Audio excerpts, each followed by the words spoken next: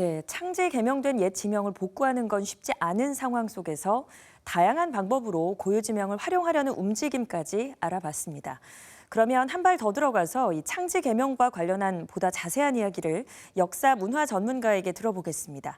강진갑 역사문화 콘텐츠 연구원장을 백창현 기자가 만나봤습니다.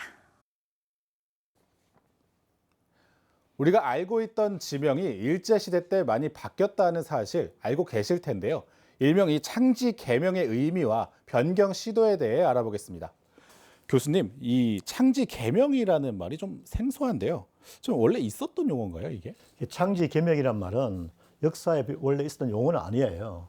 그게 2019년, 20년에 경기도가 일제시대에 지명이 개편된 거에 대한 조사를 여론조사 기관이 의뢰해서 조사 결과 보고서가 나왔는데 거기에서 창지 개명이라는 말을 쓰면서부터 사람들한테 널리 알려지기 시작을 했고요. 이 창지 개명은 일제가 한국 사람들의 성씨를 바꾸면서 했던 창씨 개명에 빗대어서 지명을 바꾸었다고 해서 창지 개명이라는 용어가 널리 사용되기 시작한 겁니다. 그러면 역사적으로 봤을 때는 좀 언제쯤 이게 시작이 된 건가요? 그러니까 역사적으로 보면은 일본이 1910년에 한국을 식민 통치를 하면서 1914년에 한국의 지방 행정 구역을 대대적으로 개편을 합니다.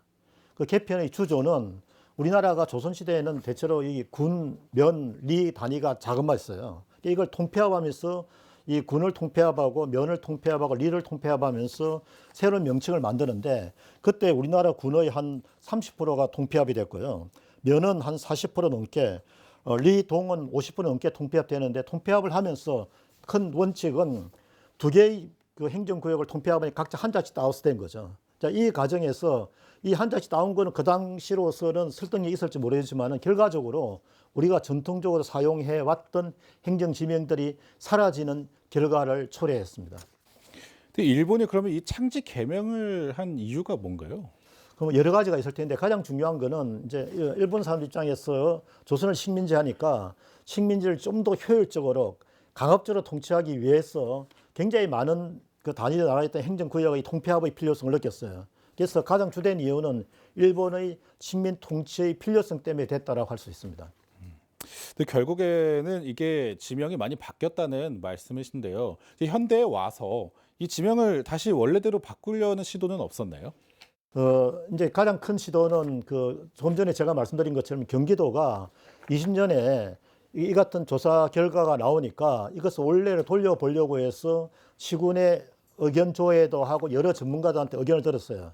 근데 사실은 일제시대 1914년에 만들어진 식민지 통치를 하면서 만들어진 행정구역이 해방 이후에도 그대로 다 계속 쓰고 있는 거예요.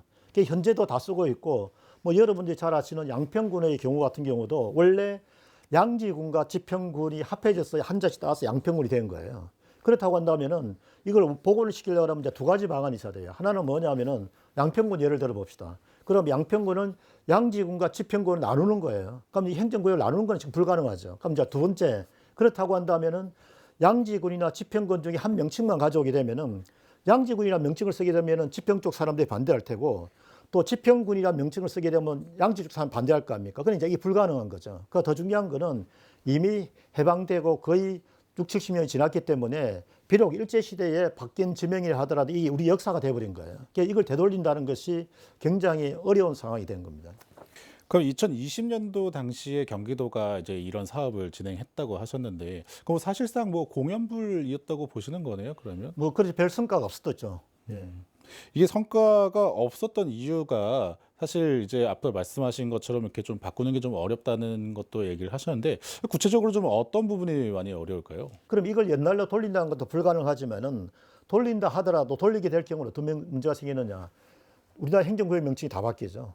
명칭이 바뀌면 도로명 뭐부터 시작을 해가지고 그 다음에 주민등록증 뭐 토지대장 이걸 다 바뀌어야 됩니다. 그 다음에 또 행정가정이 사용하는 모든 문서들에 있어서 뭐 하다못해 자동차 같은 버스 같으면은 뭐 경기도에 무슨 버스 뭐 무슨 시에 무슨 버스 있죠. 그것도 바꿔야 되는 거예요. 그렇기 때문에 이 바꾸는 것 자체도 불가능할 뿐만 아니라 바꾸고 난 뒤에 들 수 있는 경비 또 지명이 다 바뀌어버리기 때문에 새로 지명을 정해야 되는 것 또 그다음에 그에 적응하기 위한 혼란 이런 거 있었기 때문에 사실은 이게 별 의미가 없는 결과가 되고 말았고요. 또 더 중요한 거는 이미 1914년에 그 이렇게 지명이 대대적으로 개편됐다는 거는 학계에서나 보통 사람이 이미 다 알고 있는 거예요. 근데 사실은 그걸 여론조사기관 조사를 하면서부터 이게 다시 주목을 하게 된 건데 그게 좀 그렇게 그 이슈 제기가 그렇게 그 적어도 그 창지 개명과 전국의 시군 통폐합의 문제점을 지적한 건 맞지만 그걸 개편한다고 한 문제 제기에는 그렇게 공감을 얻지 못했던 것 같습니다. 그 말씀하신 대로 조금 혼란이 이제 제일 큰 것 같은데요. 근데 그럼에도 이제 지역에서는 좀 이렇게 축제명이나 거리 명칭을 좀 옛날 지명으로 바꾸거나 하는 시도들이 좀 있는데요. 그 이런 부분은 좀 어떻게 생각하세요?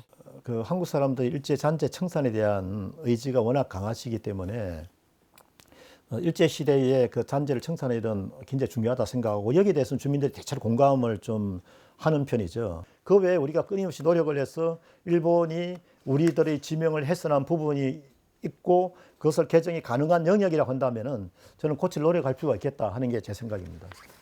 네, 말씀하신 대로 조금 이렇게 노력을 좀 많이 하는 부분이 필요하다는 것 같네요. 네, 오늘 말씀 여기까지 듣겠습니다. 감사합니다. 예. 네.